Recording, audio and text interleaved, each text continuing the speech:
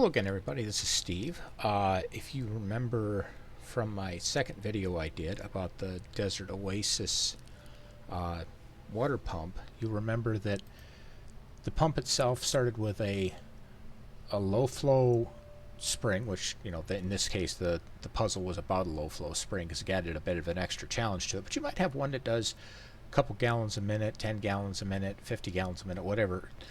But like I say, this one was added. You know, the low float rate was added for extra difficulty.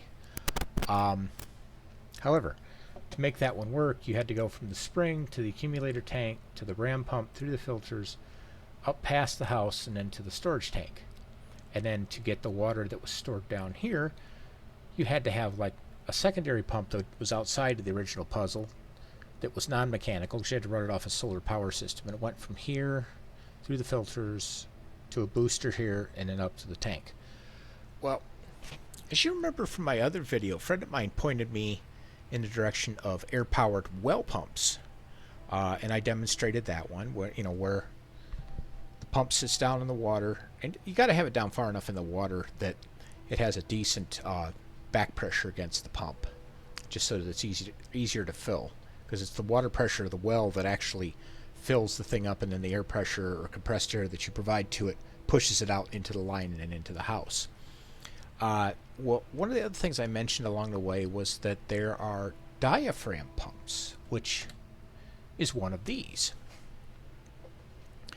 Basically, the way these work is there's a little back and forth compressor piston and two diaphragms, and you have your infeed here and you have your outflow here, or vice versa. I don't know exactly how these come together, but basically the water comes in one side, and gets pumped out the other side, and off it goes to where it needs to go. These are not practical for the well situation, unless of course you got like a really shallow well and you can pre-prime these and make them do the thing that way. But if you've got a deep well like most of us do, then you know the well pump I showed you, the deep well compressed air water pump, is the one you're going to need. This here, though, works perfectly for this, and it eliminates this. The only advantage this has at that point in time is it acts as a separator, which I recommend having anyways. So you would go from your spring to your accumulator, which, you know, doubles as your separator, and you skip the ram pump. Instead, what you do is down here you put that air-powered water pump. That pumps here through the filter and up to the house. No need for a tank on the hill. What you would replace that with is the air compressor windmill design I showed you on one of the other puzzles, where it's a normal windmill with a 90-degree gearbox at the top, a drive shaft down to the ground, another 90-degree gearbox, and then a windmill air compressor, which then goes to a tank, probably like a 200 or a 500-gallon propane tank. Because like I say, that has like I've said before, it has a 250-gallon maximum working pressure, meaning you can run it at 200 psi, no problems at all. You don't start like worrying until it gets up around 250, and then even then it's got a overpressure that goes, nope, okay, we're not going above this. And no, again, I will remind people, if you're going to use a propane tank for an air storage tank, don't get one that already has propane in it, and don't use one that already has already had propane in it unless you properly vent it. You want to vent it, and you want to vacuum purge it, because you don't want any propane in it. I mean, if there's like small traces and you start adding compressed air, you might get a couple of little tink tink tink tink tink when the thing starts out, but nothing big like that. But you definitely don't want raw propane in there and you start throwing compressed air in there, because like I said in the other video, you're going to have yourself a backyard mini nuke if you do that. Yes, it's not going to end well. Anyways, yeah, you put the excuse me a second. There, a little tickle in my throat. But anyways, you put the windmill up here with the air compressor. You could put the tank down here. Tank could be up on the hill if you got room. If you don't, you run it down here. And what you do is you run the line from the compressor to the tank, and then you tee it off from the tank and run it down here to the diaphragm pump. And the neat thing about that is, to get 40 psi in the house, considering that you have about 100 feet of distance here, according to the puzzle. Have 100 feet of distance, you got 40 psi you've got to overcome there. Plus, you have to overcome the pressure or back pressure caused by the filters. Plus, you need the 40 psi for the house. So there's 80 psi.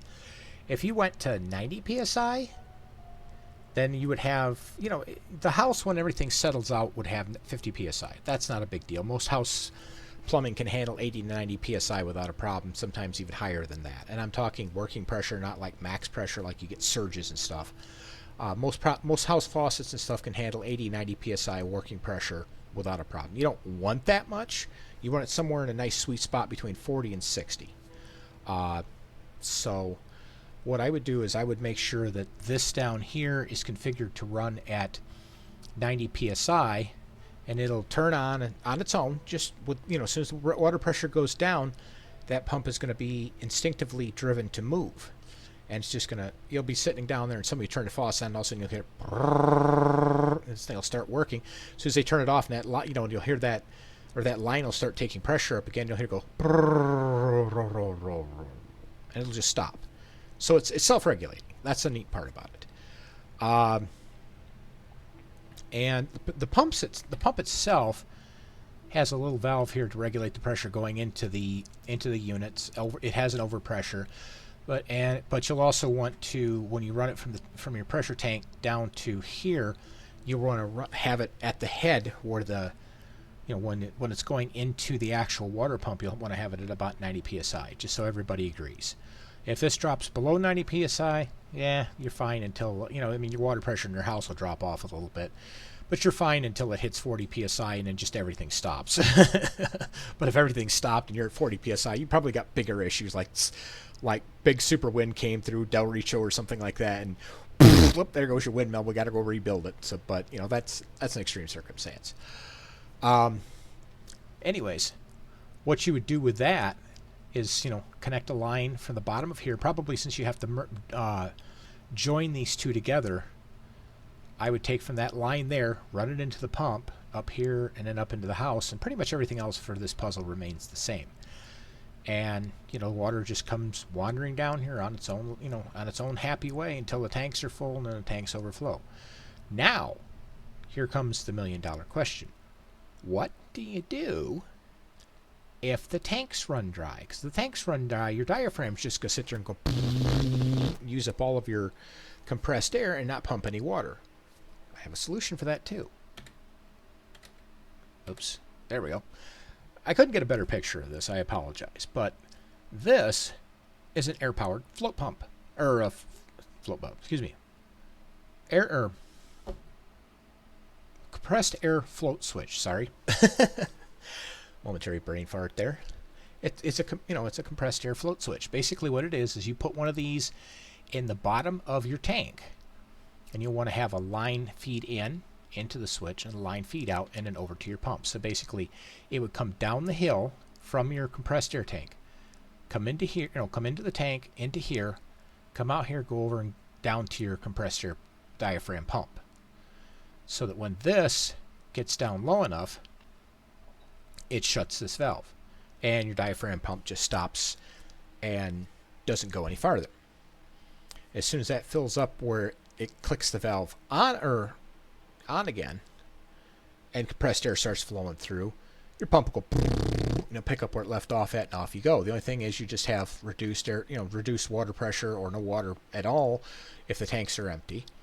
But if the tanks are full, or half full, quarter full, anything enough for this float to come up there and turn the valve on, you're going to have running water and you're going to have compressed air flowing to your pump, and your pump's going to do its thing, and it's going to completely charge your system, and everything's fine, happy hunky-dory, and everything like that.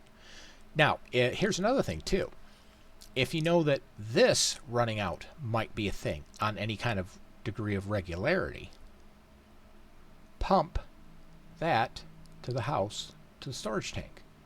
Then you've got the storage down here, and you got storage up here, so that if this quits at any point for any particular reason, you've still got running water. Again, you don't have to. You can just rely on the compressed air pump, especially if you've got enough throughput from the spring and you're not worried about running dry, or you're not worried about running out of compressed air, which in a system like this, you can have either one. You can have, it's low flow enough that if you go for a couple days and you're only using a couple gallons and there hasn't been any rainstorms up the way, you could probably run yourself out of water. If there's been plenty of rain up the way and there's plenty of water coming out of the spring and the tanks are full, you're fine. Well, let's say you have plenty of water, but the wind hasn't been blowing now, and your tank runs dry. Sure, you can run out there and start up a little portable compressor and charge the thing back up. But again, that if you're looking at an all-mechanical system, that's kind of out of the, that's kind of not allowed, shall we say.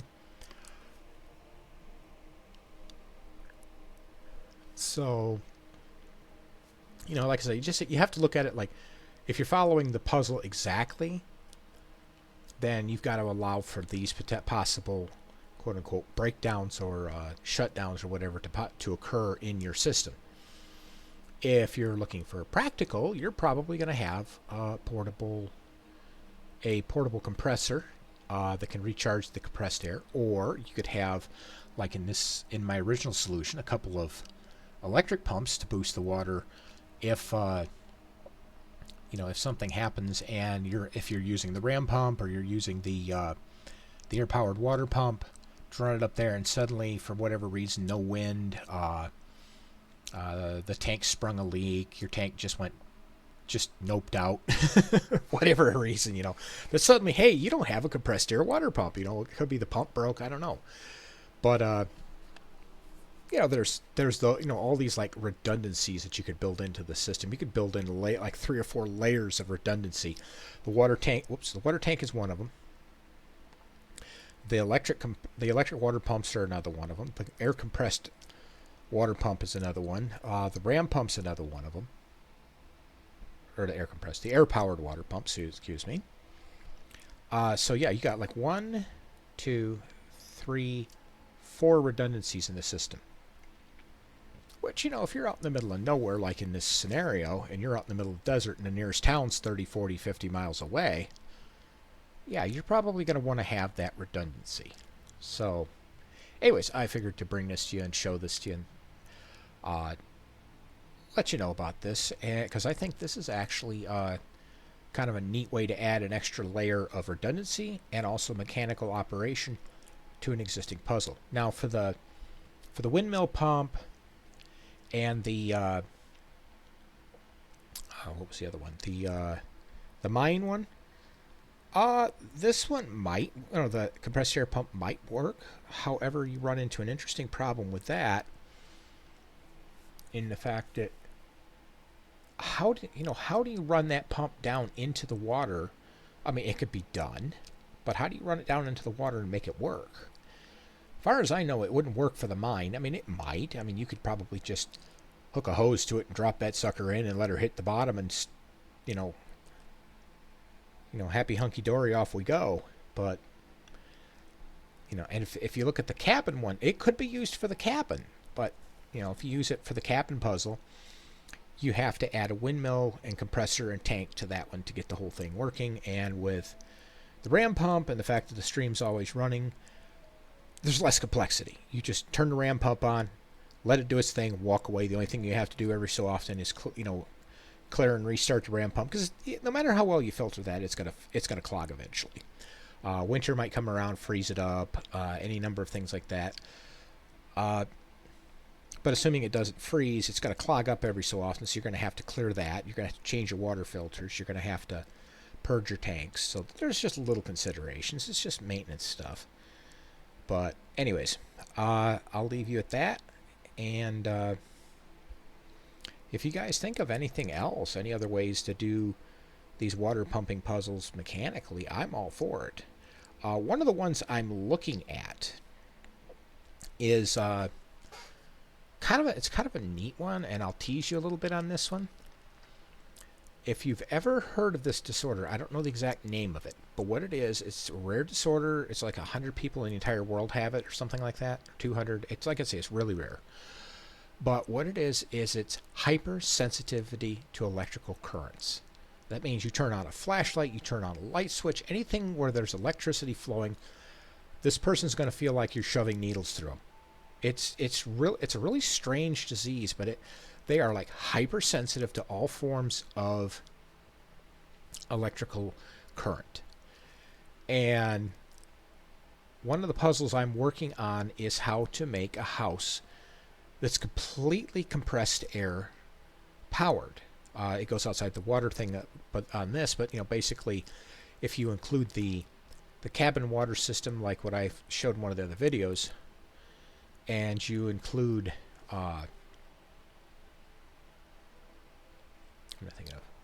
if you include that, and then you include this, include the compressed air side of this particular equation here, you have the solution. And I'll explain that at another time. But anyways, thanks for listening as always, and I'll catch you on the next video.